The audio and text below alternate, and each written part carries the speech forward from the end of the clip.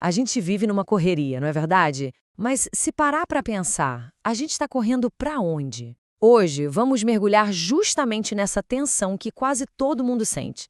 De um lado, aquela necessidade de sobreviver, de pagar as contas, de se manter.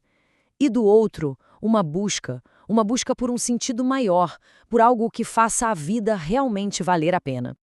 Pois é, e essa pergunta aqui, ela resume tudo. É o grande dilema. Será que a vida é só essa rotina, as obrigações práticas?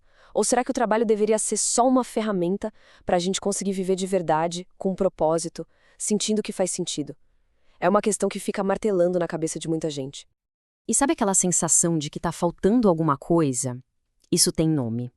É a busca pela completude existencial. É a ideia de que o ser humano não se contenta só em sobreviver, em ir levando um dia após o outro. Existe um anseio profundo por algo a mais, por uma vida que preencha de verdade. Ok, mas por que essa sensação de estar meio que numa armadilha é tão comum? Para a gente entender isso, a gente precisa olhar para as regras do jogo.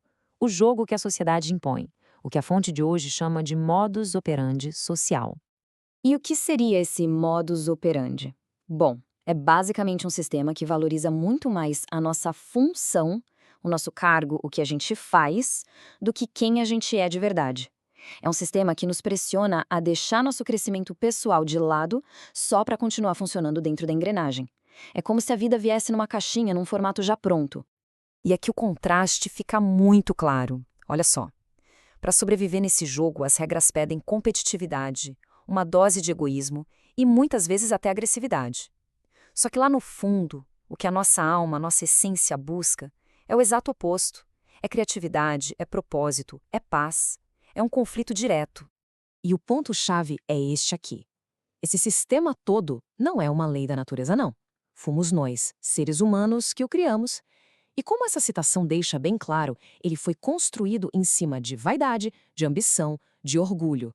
Justamente as coisas que mais nos afastam de uma vida autêntica e plena. Certo. O cenário externo parece meio desanimador. Mas, então, a gente está de mãos atadas? De jeito nenhum. A grande virada de chave, segundo o material que a gente está analisando, não acontece lá fora.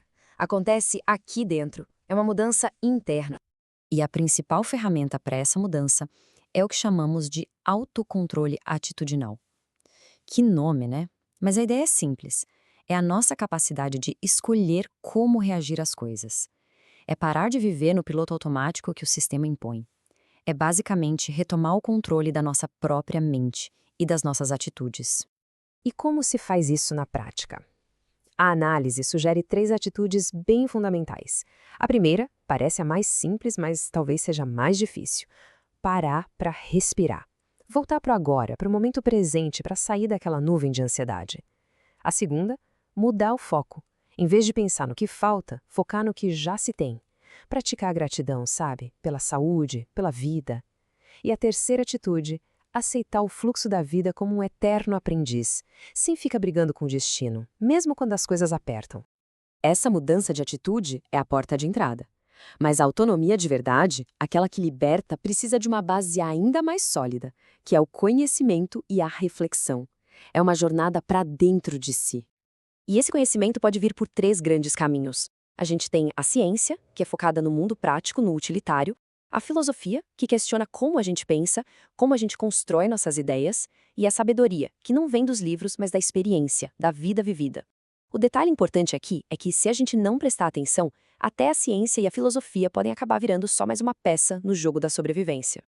Porque, no fim das contas, autoconhecimento não é sobre acumular um monte de informação. É sobre ter a coragem de usar o que se sabe para questionar o mundo e, principalmente, para se questionar. É buscar aquele sentido que o simples ato de sobreviver nunca, jamais vai conseguir oferecer. Isso nos leva a uma reflexão final, que é bem incômoda.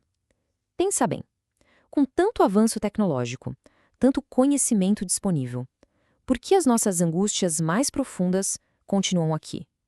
Por que a gente ainda se sente tão perdido? O que será que ainda está faltando nessa equação? E o questionamento vai ainda mais fundo. Será que a nossa ciência, tão focada no que é prático, no que funciona, não acabou virando prisioneira do mesmo sistema de poder que dita as regras do jogo? Será que ela perdeu a capacidade de duvidar de verdade, de questionar as próprias bases? Mas a partir dessa crítica toda, a pergunta se volta para o futuro, para uma possibilidade. E se a gente usasse a nossa criatividade, não para competir mais, não para vencer o outro, mas para construir um mundo diferente? Um mundo com mais justiça e menos agressividade para todo mundo? Como seria isso? No fim, a jornada toda que foi proposta se resume a isso. Talvez o objetivo não seja vencer o jogo social, mas simplesmente sair dele. É parar de atropelar a própria vida para finalmente começar a viver. E viver nesse sentido é evoluir como seres inteiros, seres que têm alma e coração. É uma ideia bem poderosa para a gente guardar e refletir.